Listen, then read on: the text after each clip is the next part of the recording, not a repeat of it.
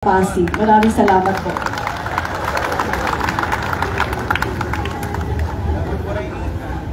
Magandang umaga po. Medyo maambon na, kaya bibilisan ko na lang po. Councilor Kiko, di ba Committee on Environment ka? Ba't umuulan? Magmamarso na. Ibang klase talaga ang panahon ngayon. No? Anyway, maraming salamat po, Ma'am Tess, at sa buong Pasig City Arts Club. Maraming salamat po sa inyo. Ang museum natin mukhang malapit ng magbukas. Kita ko yung mga ibang pictures, mukhang maganda na so abangan po namin yan. Kaya na ba by next month? Kaya na by next month? Okay. Sige, yun lang po muna dahil baka biglang bumuhos. Adjourn na po tayo. God bless po sa ating lahat. Symphonic Band ng Pilipinas.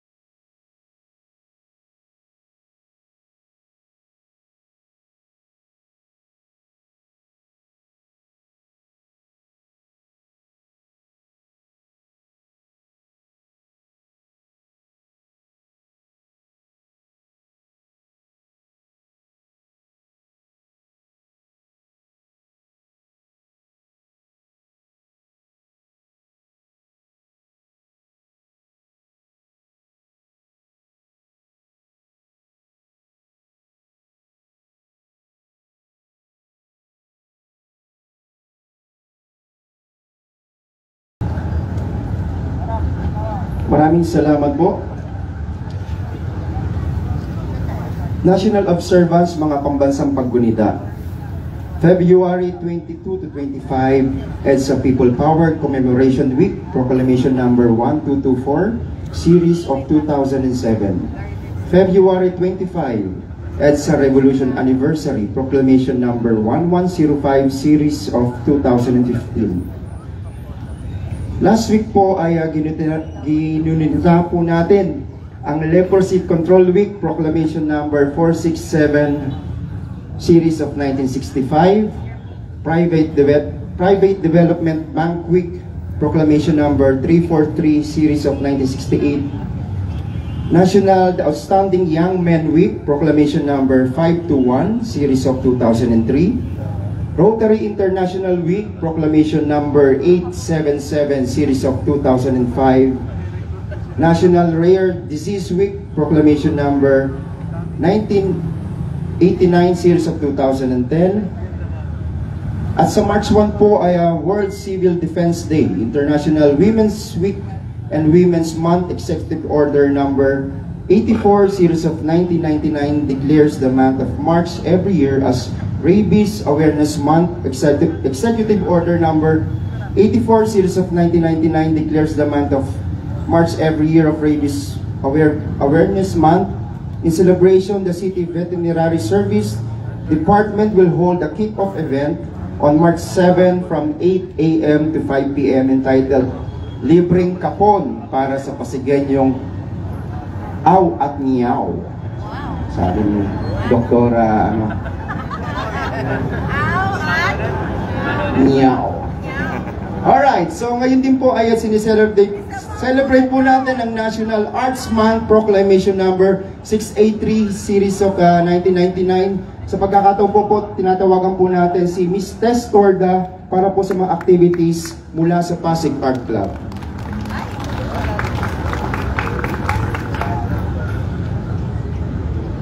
Maraming salamat, Sir Albert. Magandang umaga po sa inyong lahat. Una po, ako si Miss Tess Torda ng Pasig Art Club. At ako'y nagagalak na maimbitahan na magsalita sa harap ninyong lahat.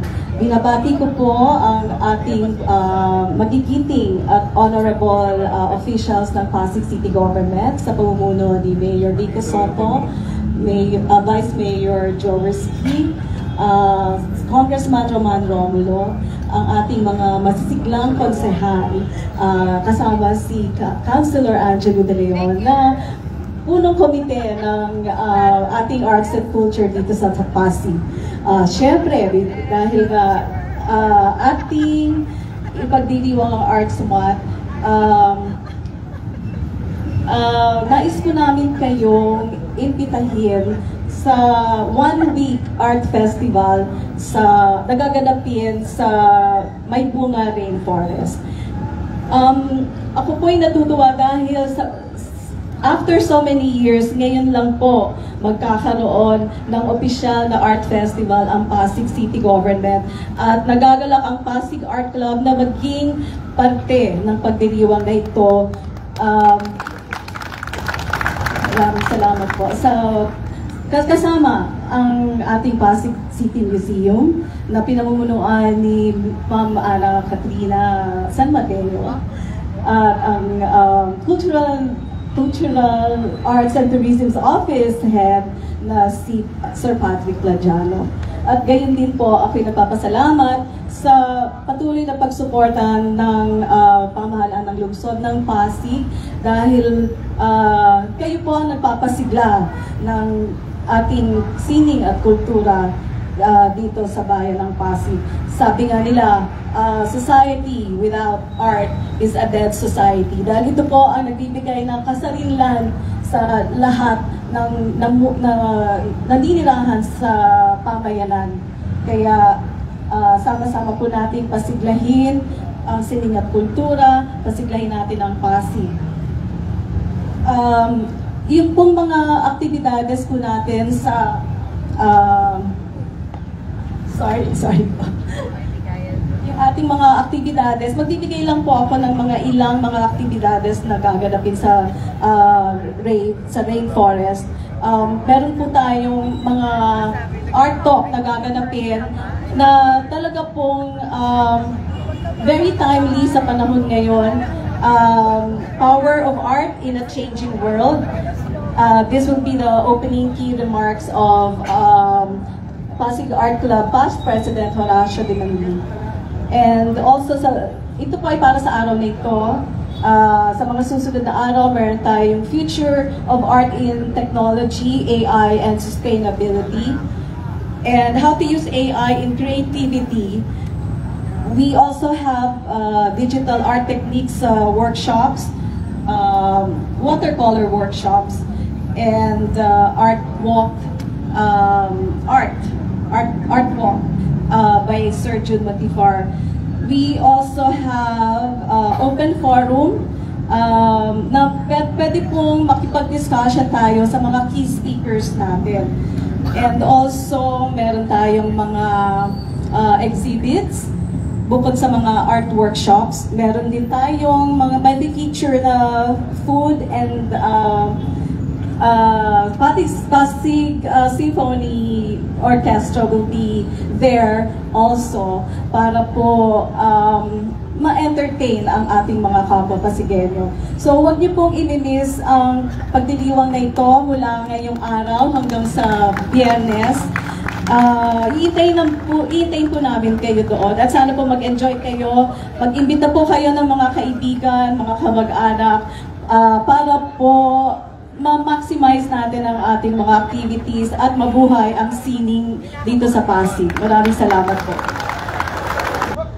Manatili po tayong nakaharap sa ating bandila para sa panunumpa sa watawat ng Pilipinas na pangungunahan ni Miss Aika Dare mula sa tanghalang Pasigueño.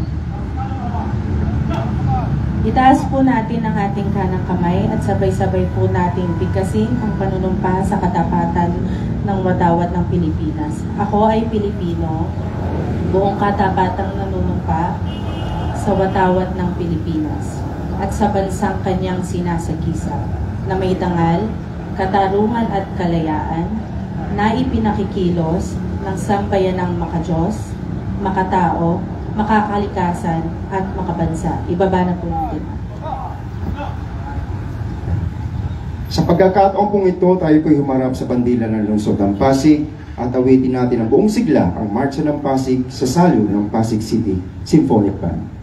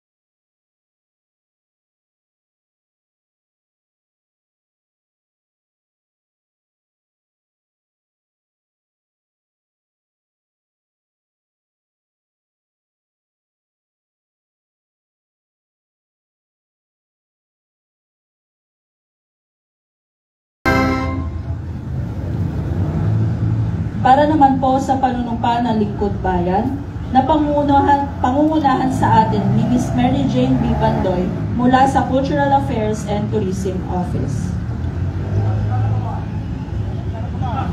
Itaas po natin ang ating kanang kamay at sundan niyo po ako sa panunumpa ng Lingkod Bayan. Ako ay isang Lingkod Bayan. Pangangalagaan ko ang tiwalang ipinagkaloob ng mamamayan. Maglilingkod ako ng may malasakit, katapatan, at kahusayan na walang kinikilingan. Magiging mabuting halimbawa ako at magbibigay ng pag-asa at inspirasyon sa aking kapwa Lingkod Bayan. Lilinangin ko ang aking sariling kakayahan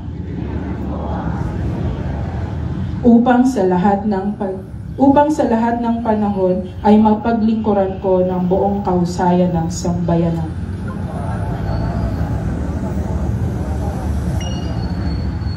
Hindi ako makikibahagi sa mga katiwalian sa pamahalaan.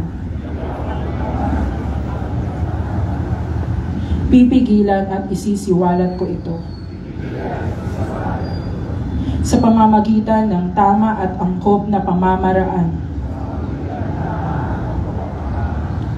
Isasabuhay ko ang isang lingkod bayang makadiyos, makatao, makakalikasan, at makabansa. Tutugon ako sa mga hamon ng makabagong panahon tungo sa adhikain ng matatag, maginhawa, at panatag na buhay. Sa mga tungkulin at hangarin nito, kasi yanawa ako ng may kapal. Ibaba na po natin ang